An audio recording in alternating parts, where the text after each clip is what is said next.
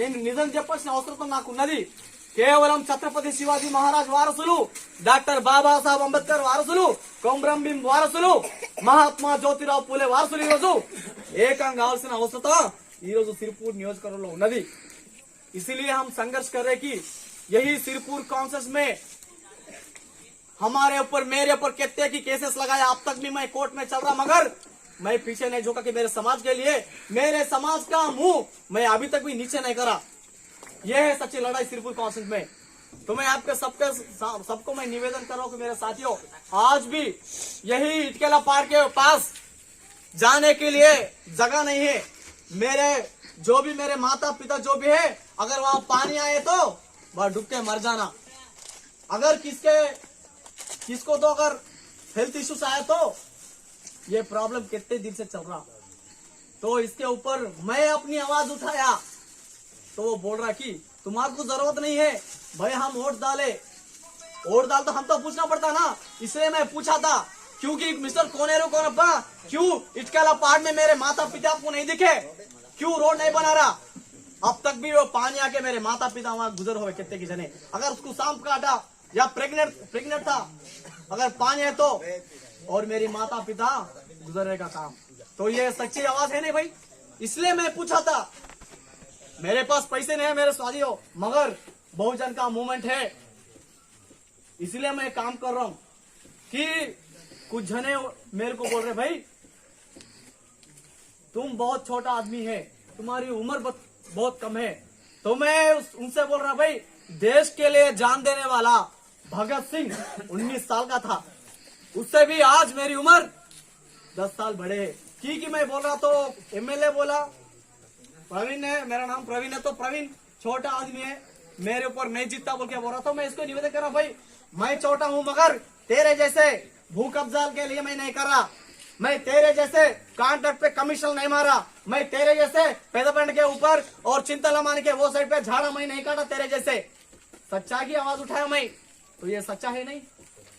तो इसलिए मैं आपको निवेदन कर रहा हूं कि सोया हुआ समाज शासक नहीं बन सकता है, टुकड़े में बैठा हुआ समाज हुक्मरान नहीं बन सकता है, और भागने वाला हमेशा भिखारी होता है, राजा नहीं होता है. ये बात जब तक आपको समझ में नहीं आएगी, जब तक आपको इस देश में कुछ नहीं मिलेगा. तो ये जो आवाज है बहुजन समाज पार्टी की, दलित, मुसलमान और पिछड़े आदिवासी और बीसी बहुजन समाज की आवाज आज बहुजन समाज पार्टी किया जा रहा है. तो इसीलिए आज बहुजन समाज सिरपुर काउंसिल में आया कि आप तमाम लोगों से मैं हाथ जोड़ के निवेदन कर रहा हूं कि इतने दिन टीआरएस पार्टी को आप वोट डाले, कोनेरू कोनप्पा को 3 बार जिताए कोनेरू कोनप्पा. यही सिरपुर काउंसिल को मैं डिमांड कर रहा हूं कि ये बीसी समाज के लिए तुम क्या करा. आज कोनेरू कोनप्पा का जो भाई है, 2 भाई है, एक एमएलए है और एक जेडपी वाइस चेयरमैन है. तो मैं आपसे एक निवेदन कर रहा हूं कि क्या मेरे एक बीसी एक भाई नहीं मिलेगा जेडपी चेयरमैन बनाने के लिए? क्या मेरे एक लेडीज बीसी में नहीं मिली जेडपी चेयरमैन बनाने के लिए? क्यों तेरे भाई को बनाया? एक लेडीज नहीं दिखी बीसी समाज की, एक दलित समाज की लेडीज नहीं दिखी आपको, एक मुस्लिम समाज की लेडीज नहीं दिखाई? ये नहीं दिखाई, मगर वोट हमारे लिए और राज उनका चल रहा. तो ये बंद होने के लिए हम संघर्ष करें सिरपुर काउंसिल में. ये मेरी ये जो लड़ाई है सच्ची है नहीं, आप बताओ. इसलिए बहुजन समाज पार्टी सिरपुर काउंसिल में संघर्ष करने के लिए आप तैयार है कि आज भी की, और ये कितने साल रहेंगे इस सिरपुर काउंसिल में, कि ये सोच बदलना है.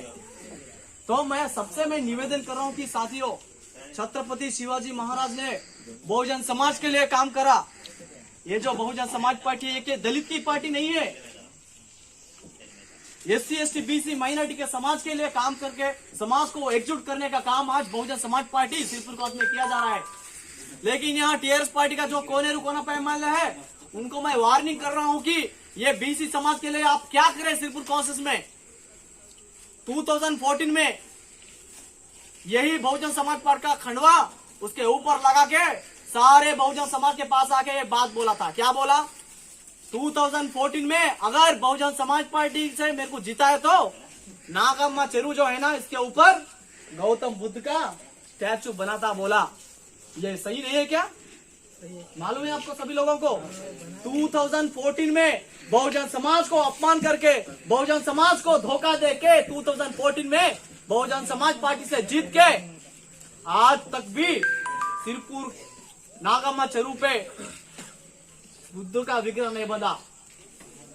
कितना धोखा किया।